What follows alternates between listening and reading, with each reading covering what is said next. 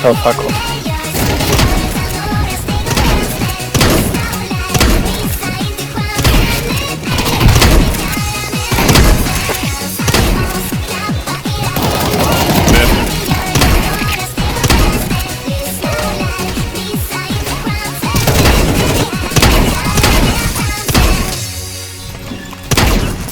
Shotguns. In some games they are known for vicious speedy plays with nightcore music pumping while slug sniping everyone across the map. In other games they bring flexibility, being able to either AoE or doing heavy single target damage when being close. And in some games, well, there's that. And then there's the Nova. No, not the ranked Nova. I mean the real Nova. No, I mean the Supernova. Okay, I see my mistake there. Let's just move on with the point of this video.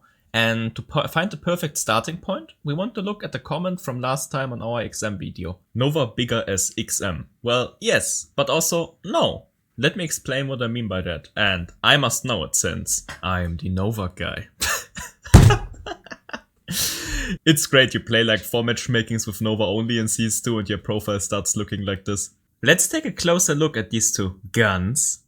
And let's start comparing the Nova versus the XM to get a better understanding of the topic, their roles, and to find an answer to our question. No surprise in the fire rate there. Of course it's higher in the full automatic shotgun. As for the raw damage output, we also have higher damage, actually more than double the damage on the XM. Reload speed doesn't really matter for shotguns besides the Max 7, as the other 3 all reload bullet by bullet and can be interrupted to pump out more love at any time. But now for the real dick in the ass reason, the XM is just better in a 1-to-1 comparison. The Nova lacks critical penetration levels. 3000% less penetration. And if you don't trust the data, you can try this out for yourself in every deathmatch where people have armor by default. The XM will kill armored opponents with headshots way faster by average than the Nova ever could. As you can see in the background, I will try to show you some footage, and as you might be able to see it, it can be so troublesome, even if I hit headshot after headshot, to kill armored players like this. But don't just take my word for it. By XM. No, I already made video on XM, now I need video on Nova. The list just goes on and on why the XM is just stronger, and also if you look at the stats, it is just a better gun on a 1v1 comparison. But it's just that, just a better 1v1 comparison. So to the things that are left out. First off, the Nova can kill with a single pellet on an unarmored opponent, so against ecos this might be the even better choice, especially for a little bit longer range fights because of the tight spread of the Nova. But the biggest reason why I said yes but no instead of just no, XM is god and best, is because of the viability and the other guns that you can buy, because you also need to take those into consideration. First off, for viability, let's think of when you can go for a shotgun.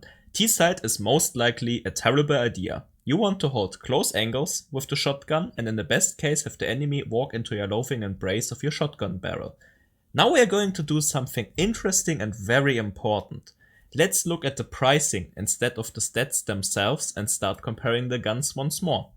The XM costs a whooping 2k, which is also the reason why I like to call it the XM 2k instead of its actual numbering, and for the price of one single decoy more, you can get a very decent rifle with the FAMAS, or for way less, 1250, you can get the MP9, which is still so OP and can probably kill a group of 5 unarmored players even faster than the XM 2k. The SSG, or Scout how it is used to be called in CSS, goes for 1.7 and has the potential to completely shut down the enemies in their buy round if you are a half decent player. The XM is an amazing gun, but its pricing is so high that it just gets outclassed by other mid-tier weapons. The Nova, on the other hand, just doesn't have this problem, as it is the cheapest available gun to you with the same pricing as the Mac 10, but the Mac 10 is only available for T-side, and as we already said, we want to play shotguns on CT side.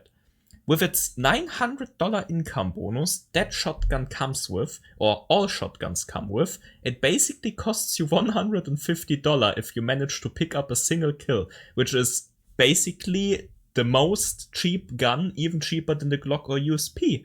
And it's fairly easy if they come to your spot. So, because on like half buy rounds, you can just get a Nova, be super deadly to the first enemy that crosses, and then try to loot their gun after one-shotting the first guy.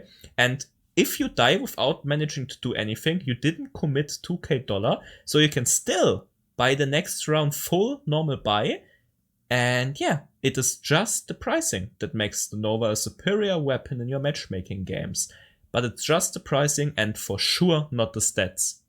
Oh, and one more thing before you can become Nova guy. It is a myth that you can walk and shoot with the Nova. Well, of course it's possible and doesn't matter too much on close range, but as you can clearly see, it is a lot more accurate to stand still while shooting this gun. In fact, I actually recommend to you, map dependent, to maybe try to play this like you would hold close to medium angles with a rifle. Strafe peek if you know they are there, get back into cover after every shot, play for info and hold close corners. Now that you are prepared for your next matchmaking game, let me thank you all for the support lately. And let me know which gun you want to see next, and let's keep pushing for 500 subs so my dog becomes her dog ice cream, and I'm of course going to share it with all of you. Also, if there are no videos after the Mirage Masterclass 1, I dropped about 800 points playing Nova only and probably got reported and soon and banned for grief.